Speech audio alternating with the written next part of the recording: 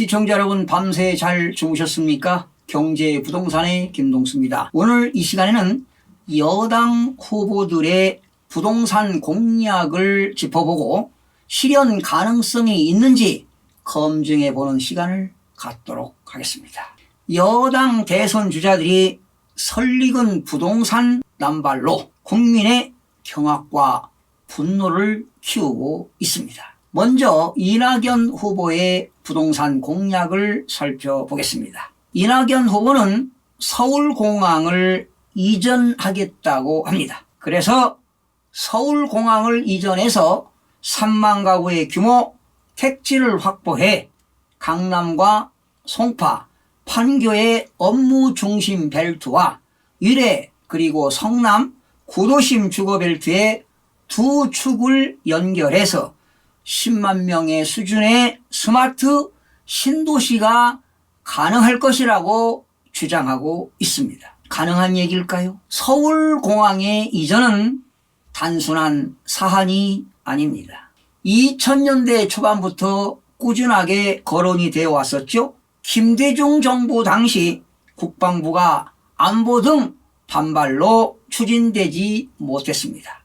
또한 노무현 정부 당시 당정 간의 엇박자로 무산된 바 있습니다. 군사적 의미를 고려한다면 이러한 공약이 나올 수 없습니다. 한마디로 빈대 잡으려고 초가 삼관을 태우는 위험한 발상이 아닐 수 없습니다. 다음은 이재명 후보의 공약을 살펴보겠습니다. 이재명 후보의 발상도 사상 누각으로밖에 볼 수 없습니다. 저렴한 임대료로 고품질 주택에서 30년 이상 거주할 수 있는 기본주택 100만 호를 역세권 등에 공급하겠다는 이야기입니다. 그래서 총 250만 가구를 공급하겠다고 하는데 이게 과연 가능할까요? 제가 볼 때는 불가능한 일이라고 봅니다. 불가능한 이유는 잠시 후에 설명을 드리도록 하겠습니다. 이렇게 이낙연 후보와 이재명 후보의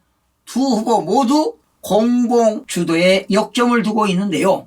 과연 믿을 국민들이 있을까요? 바로 의심이 갈 정도입니다. 특히 이재명 후보는 직시하시길 바랍니다. 다음은 정세균 후보의 공약을 살펴보겠습니다. 역시 공공임대주택 100만 가구와 반값 이하 공공분양주택을 30만 가구를 공급하겠다는 것입니다. 그리고 280만 가구를 공급하겠다고 하는데 과연 반값 이하의 공공분양주택이 가능할까요? 다음은 추미애 후보 공약을 살펴보겠습니다.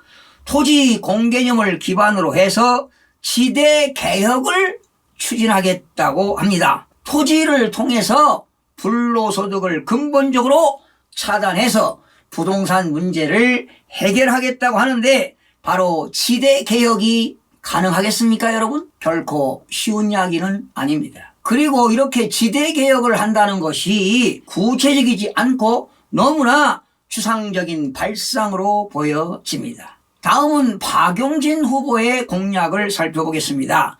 김포공항 부지에다가 스마트시티를 건축하겠다고 하는데요. 20만 가구를 공급하겠다고 합니다. 건설 원가 수준으로 주택을 공급하는 가치성장주택을 추진한다고 하는데요. 그렇다면 김포공항에 개발을 한다면 김포공항 부지는 도대체 어디로 간다는 것입니까? 다음은 김두관 공약을 살펴보겠습니다. 지방 분권화를 과속화시키겠다는 겁니다. 그리고 국책 모기지를 조성해서 무주택자가 주택 마련하는데 부담을 완화하겠다는 정책인데요. 어떻게 보면 실현 가능성이 있기도 해 보입니다. 그러나 구체적인 방안을 제시하지 않아서 글쎄 실현 가능성이 있을지 의문이 가기도 합니다만은 무주택자의 주택 마련 부담을 완화한다고 하는데 제가 볼 때는 후보자들이 깊은 생각은 없는 것 같습니다. 정부가 기존 8.4 대책과 2.4 대책에서 드러난 한계를 보고도 공공개발만 고집하고 있는데요. 도저히 납득하기가 어렵습니다. 그동안 정부가 부동산 대책을 발표했죠. 그러나 잘못된 대책도 많습니다. 그러면 이러한 후보들이 그러한 잘못된 역기능을 보완 대책을 우선적으로 수립하는 것이 바람직한 정책이 아닌가 이렇게 생각도 해봅니다. 정부는 지난해 8.4 대책에서요, 서울과 수도권에 13만 가구 이상을 공급하겠다고 계획을 구상한 바 있습니다. 1년이 지나도록 그 결과는 참담합니다. 착공은커녕 분양 일정조차 구체화된 곳이 없습니다.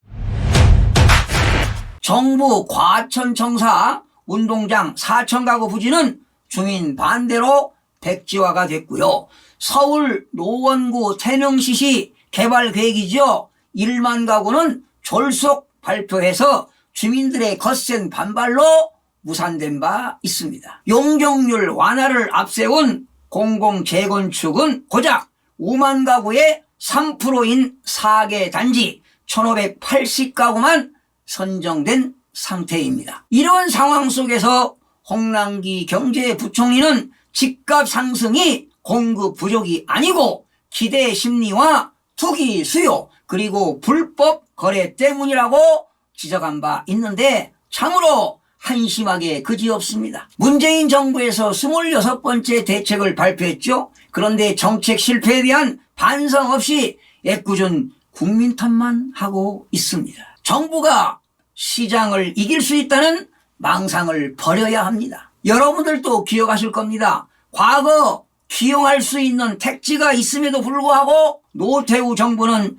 200만 호 공약을 지키지 못했습니다. 말이 쉽지 200만 호를 실현하려면 대규모 택지와 엄청난 건축자재가 필요합니다. 그 당시요 건축자재도 부족했습니다. 심지어 바닷모래를 사용하다 보니까 부실 공사로 후유증도 겪은 바 있습니다. 이렇게 현실성 없는 대책을 내놓으면 우리나라 부동산 정책에는 희망이 없습니다. 유력한 대선 후보라면 집값을 폭등시킨 과도한 규제를 풀어 주택시장 정상화에 앞장서야 할 것입니다. 사실 그동안 엄청난 규제를 했기 때문에 그러한 규제를 완화하는 데도 많은 시간이 소요될 것입니다. 그동안 실타래가 꼬일 대로 꼬였기 때문에 풀기도 상당히 힘들고 시간도 많이 걸릴 것입니다. 결론적으로 말씀드리면 정부가 집값을 잡으려면 과격하고 불필요한 규제를 완화하고 그리고 신규 주택을 꾸준하게 공급하고 정부가 이래라 저래라 간섭하지 말고 자유경쟁 시장 원리에 입각한 신시장 정책을 수립해야만이 주택을 안정화시킬 수 있을 것입니다. 시청해주신 여러분 고맙습니다. 최선을 다하겠습니다. 마음이 드셨다면 구독, 좋아요 꼭 부탁드리겠습니다. 고맙습니다.